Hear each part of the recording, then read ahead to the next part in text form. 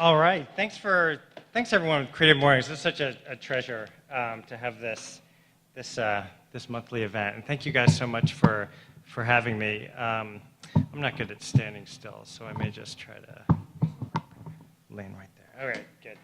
All right, so I'm Scott Shapiro, and I have absolutely the best job in not just city government, but maybe in all governments. So as the Chief Innovation Officer for Mayor Jim Gray, what I get to do is come up with big ideas, transformational ideas that don't fall neatly in how city government usually works. And I pitch those ideas and talk about them, and sometimes they actually happen. So that's been my life for the past 7 years. I've loved being in the public sector, and I've loved living in Lexington. I'm not originally from here. My wife grew up here in Lexington. And as she says, I forced her to live in New York City for 20 years. She always wanted to move back, and 7 years ago we did. As Celeste said, I come from sort of the marketing world, and now I live in the world of policy and ideas. So I think of you guys, the creative class of Lexington, as sort of my people. So I'm really happy to be here with you guys today. So I'm going to talk about Lexington as a community, and I've got some data around that. So everyone's heard of confirmation bias, right?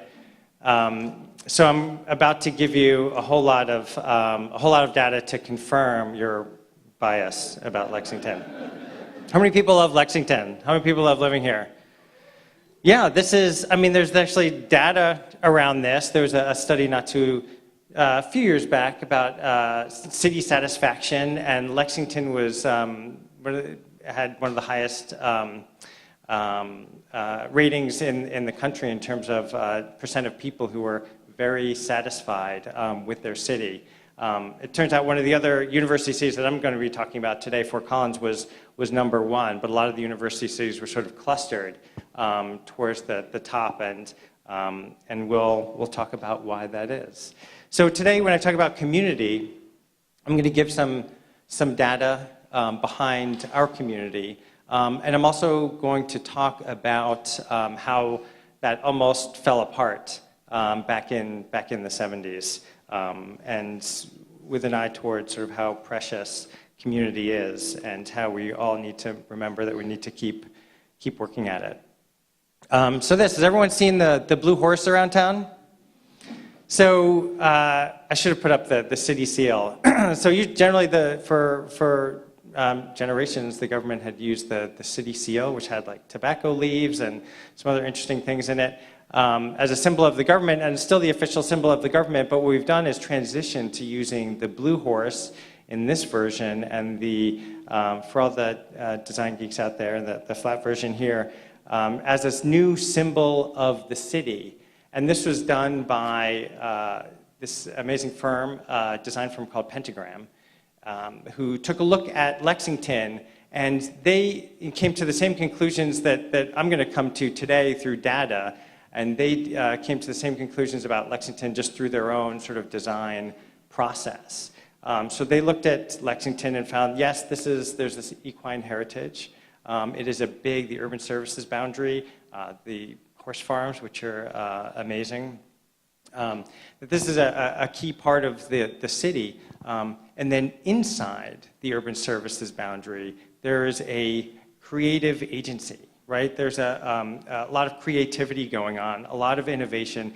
And they picked up on that before any of this research that I'm about to talk about. And they said, you know what, let's turn the horse blue to sort of symbolize that part of the city as well. So I love the blue horse. I think they were right on. So I'm going to talk a little bit about some research that I've been doing over the past few years. And it started with a benchmarking project the mayor asked me to do, looking at our community, looking at other communities, and seeing sort of how we match up. And so I started looking at some data sets, and I started looking at other cities, and it turns out a wide range of data sets, right? So we're looking at arts and culture in cities, unemployment, poverty, entrepreneurship. So as many data sets as I could find. And what started to become apparent is that Lexington is sort of off the charts on a lot of these measures. I mean, really off the charts, as you'll see. And it sort of started to make sense to me. You know, Lexington does feel like a special place. And this sort of explains why that is. But I also found that there's a small group of other cities that have these similar traits, similar characteristics, really similar. Like if you took, and we did this exercise with the head of the statistics department at UK, take all the cities, all the data sets, and put them into something called a dendrogram. Looks like an NCAA bracket. Like all the university cities sort of cluster together. They're just very similar to each other, and very different and distinct from all other cities in the country. So what we feel about Lexington, how much we really enjoy Lexington, how cool it is to live here, it turns out that you're not wrong. You're right to feel that way. So when you look at the data around these cities, these other cities, it turns out that they're all former college towns that have grown up, have created diversified economies around their research universities, and we started calling them university cities. So these cities they all have a major research university in the center of the city. It turns out, and this will come up again later, it turns out if you have a city that looks like Lexington, but the university is outside of the city, on the outskirts, you don't get this amazing network of results and data that we're going to talk about. So it's important that the university be in the center of the city. That drives a lot of the culture, drives a lot of the results that we're going to talk about. And then making sure that the city is not too big. So when you get to the size of Austin, some of these results drop out. So these university cities are Ann Arbor, Durham, Chapel Hill, Fort Collins, Lexington, Lincoln, and Madison. And so we had a conference on this idea at UK last year. Kresge and Knight Foundation funded it in UK and had some of the mayors from these university cities here talking about sort of sharing their experiences. And we did a policy swap, knowing that, okay, our cities are really similar.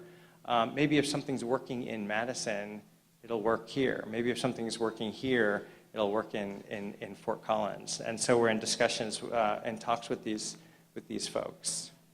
So data can be boring, but this data, I think, tells this really interesting story about our community here. And I'm going to go through a few of these slides. So in all these slides you're about to see, university cities, which includes Lexington and those 5 other cities, are right here. And I'm comparing them with similar sized cities, and then the largest 15 metros, and with the nation as a whole. So this is something you'd expect, right? We've got university cities are much younger. They feel younger. I was just talking with Dwayne Buckles, who's here, who said that his kids always thought they'd want to move away, and maybe they did when they were younger, when they went away to college and thereafter, but now they want to come back to Lexington. That's my own story with my wife. I'm wanting to come back to Lexington. And the story of other folks as well who are in the front row that I could mention. And so university cities are younger, and that gives them a different feel. And they're also highly educated. So this turns out to be a super important piece of data that drives a lot of the characteristics, a lot of the character of Lexington. So here in university cities, more than half of the folks who live there in the 6 university cities have bachelor's degrees or above. Here in Lexington, it's about 40%. In the US, it's more like, it's under 30%. And what this does, the economists have a term for this, it's sort of externalities of human capital. So what happens when you have this concentration of highly degreed people in one place? Oh, you're so sweet. Thank you.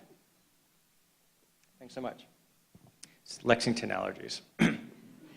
So universities have 70% more folks with BAs or above than other cities, and what that does is it drives higher median wages. So for every 10% more BAs and above that you have in the city, you get a 10% higher median wage. And the interesting thing about that is that it's widely dispersed. There's a labor economist in Berkeley named Enrico Moretti who studied this, that when you have this effect of higher wages throughout a city based on the concentration of human capital, it's widely shared. It's not just the folks who have BAs or above who are getting these higher wages. And we saw that in the newspaper not too long ago. There was an editorial in the Herald Leader talking about the urban services boundary, and talked about university cities a bit, about what kind of city we want to be and how we should plan for that in terms of our economic development. And I don't know if you remember this, but they talked about maybe we don't need to maybe we need to focus on jobs here in the city rather than looking outside the urban services boundary and taking up some of that land, because the jobs here are paying so well. There was a quote from the owner of Ramsey's who said he was hiring fry cooks for $50,000 a year and he couldn't find them. So what this does is it drives a lot of interesting demand in the city with so many highly educated folks. And it drives a really interesting and dynamic economy. So what I did is I looked at what happened after the recession, after the Great Recession, 2008. And it turns out that university cities roared out of the recession at a rate almost as fast as the largest cities in the country. And think about why that is. When you have a large recession like that, there's a shift in the economy. Some firms, some industries are faring poorly, some are faring better, and there has to be there's always a shift in the nation's economy after a large recession. And it turns out that university cities are just more adaptive and innovative, and they can adapt to changes more quickly than other cities. So university cities came roaring out of the recession. They also just tend to have pretty stable economies, right? We didn't feel the recession as much as other places, in part because we had these large anchors here in the city. Obviously, the University of Kentucky, the city government, the Fayette County Public Schools. So we tend to have super low unemployment, very stable economy, but we're full of ideas, right? One way folks measure ideas are patents per capita. And here's a chart showing our patents per capita compared with other similar-sized cities. And that is, again, that's another sign of innovation and ideas. Have you guys read about Mosquito Mate in the paper? Just this cool spin-out from UK. And that's the kind of thing, when you grow into a university city, sort of more of those ideas and more of that talent tends to stay in your city rather than going elsewhere. And we're all benefiting from that. That same labor economist I mentioned earlier showed that just as the higher wage effect is broadly dispersed in a city with this high concentration of human capital, so is this idea of higher productivity based on innovation. So even though we have this, what he's shown in his research is, yes, there are companies like Mosquito Mate that are using IP to build companies, But his research found that other companies that aren't based on sort of new intellectual property, that productivity at those companies starts going up as well. So it's almost like ideas and innovation are just in the air, just in the ether in university cities. And here you see proof of that as well. So business starts, you can look at business starts per capita. So look at the university cities, almost as high as the largest cities in the country, and certainly higher than other cities the same size. So this is our entrepreneurial ecosystem at work. And what's interesting about this is it's, again, a lot of these effects are just organic. So we have this large number of business starts, and that prompts someone to go start a co-working space on Vine Street, and for that to fill up. And so these effects all happen sort of naturally in a university city. This is my favorite finding. High number of arts and cultural institutions per capita, which is a super boring way of saying there's just lots of stuff going on. There's just lots to do in Lexington. Everyone going to Woodland Arts Fair tomorrow? This is like my favorite thing in Lexington. I'm really excited about it.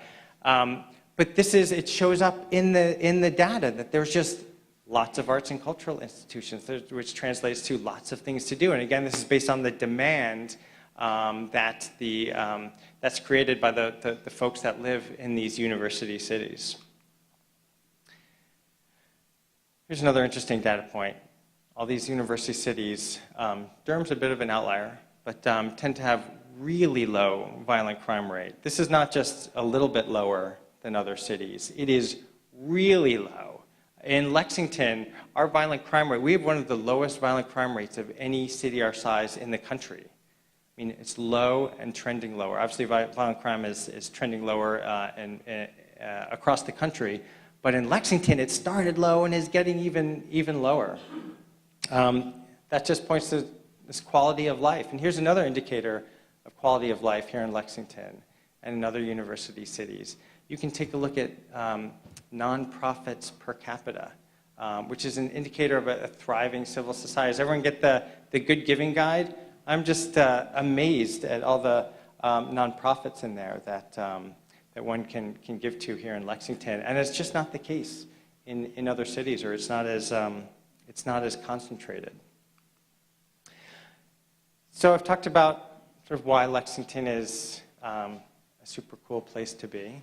And we're not the only ones who are seeing that. So our population is growing at twice the rate of the country, right? So it's we're at about 13.5% per decade here in Lexington. In part because there are more people who are graduating, want to stay. More people like Ginger up here in the first row, and like my wife, who grew up here, went away, did amazing things, and want to come back to Lexington because it is such a fantastic place. And so it's growing really quickly. And that's something that we need to make sure that we plan for. Part of the idea around university cities is let's start to really understand who we are, what our community is, and as policymakers try to plan for the future with this new information. And I'll talk a little bit about that in a second. So the upshot is, yes, we're kind of like the big coastal cities, right? There's a ton of talent, ton of arts and culture, lots of entrepreneurship, dynamic economy, thriving civil society, just a really high quality of life. But unlike the large coastal cities, really low violent crime, low cost, and low unemployment, a stable economy. So it's almost like this city was the rain just started. It's almost like this city was built to thrive in the 21st century knowledge economy. Now, we shouldn't pat ourselves on the back too much. We were not awesome performers in the 20th century economy. If you look at Lexington's population, it's pretty stagnant. You know, the bump around when IBM moved in. But in a manufacturing economy, and why Louisville grew so much more quickly than Lexington is it's really helpful to have a body of water, right? It's really helpful to be on a river, port, that things are shipped. So that's really helpful. But in the 21st century economy, what's more important than rivers and ports, and maybe even more important than highways, is talent, talent and ideas.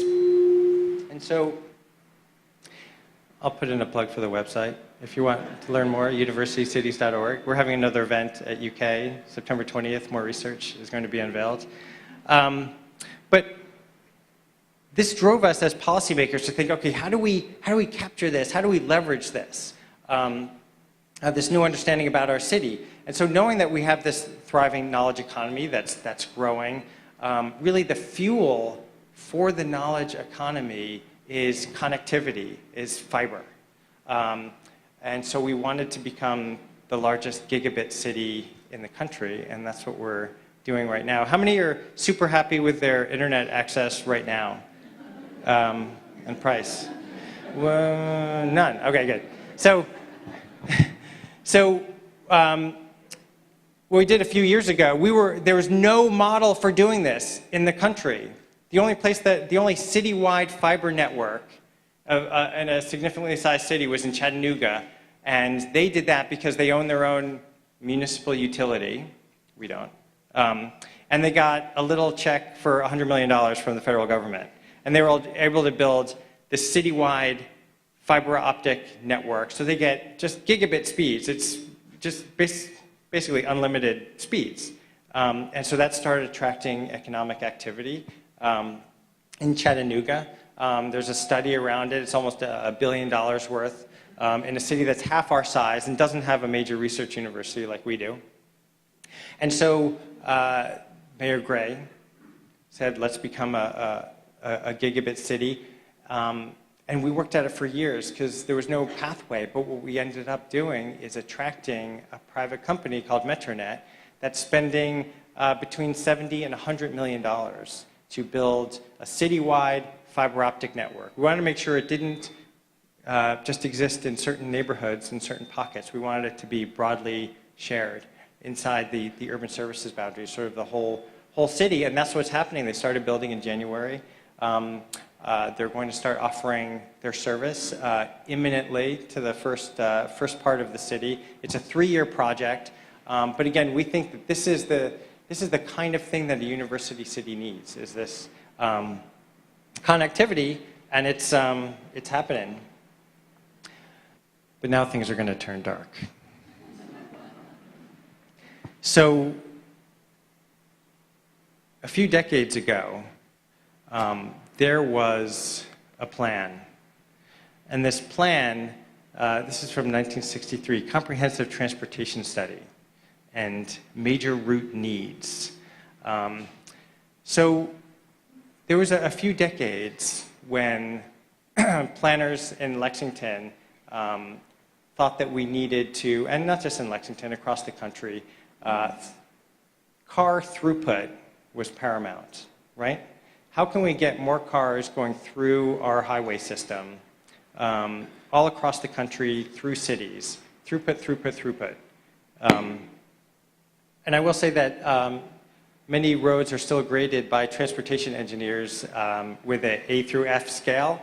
So our Main Street might get an F, but we kind of like our Main Street having an F grade because we don't want people going 60 miles an hour through our downtown. So this study took a look at Lexington, took a look at our growth, and took a look at our cars' needs, and said, you know what we need to do? We need to put an expressway right through our downtown. So Versailles Road, this is right between High and Maxwell. Look at this. There was a plan for an expressway right through these neighborhoods, right through High and Maxwell, right there. And then going out of the city, there was also a north-south part that was going to go right by the university. It was going to hem in the university. It was going to cut off the university from the rest of the city. Here's the second part. So what you see there is, here's Main Street. again, through High and Maxwell, this massive expressway. This is not like we're not just going to widen the road. This was a limited access highway, like exits and such, that was going to go right through our downtown. This to me would have been just tragic. I mean, really tragic. So all the data that I showed you of what an interesting place Lexington is, in many ways it relies on the university being inside the city, in the city core, and connected to the city. There are similar cities, similar universities, where the university is outside the city. So Michigan State, there's Lansing, but Michigan State University is in East Lansing, and it doesn't have any of these effects. It just changes the dynamic of the city. And so here we had a plan that would have just completely cut the university off from the downtown and the rest of the city. This would have been tragic. I'm glad to say we're all here. It did not happen. But what is happening is sort of the opposite, right? This was something that would have really divided our city. But instead of this, what Mayor Gray has done is he's had this vision for a downtown park. He had an international sort of design competition won by these amazing architects, Scape, led by Kidorf. And what they created was something called the Town Branch Commons. And so instead of having something that divides our city, right in the middle of the city, divides UK from downtown, instead we're going to have something that does the opposite, that brings people together right in the middle of our city, between the university and downtown. The Town Branch Commons, there's going to be a park behind RUP. There's going to be episodic parks and separated bike lanes throughout Vine Street and then down Midland. So this is an area where people can come together, and that's really the story of our community. We're a community of innovation, of ideas, of creativity, a university city, and that kind of energy thrives on people not being separated, but coming together and having a place to be. So narrowly avoided, that's the back of RUP. That's what it's going to look like. Tragedy narrowly avoided, but the result is that we have, we're all standing, we made it, and we get to live in this amazing city. So thank you guys very much for listening to me, and I'd love to take all your questions.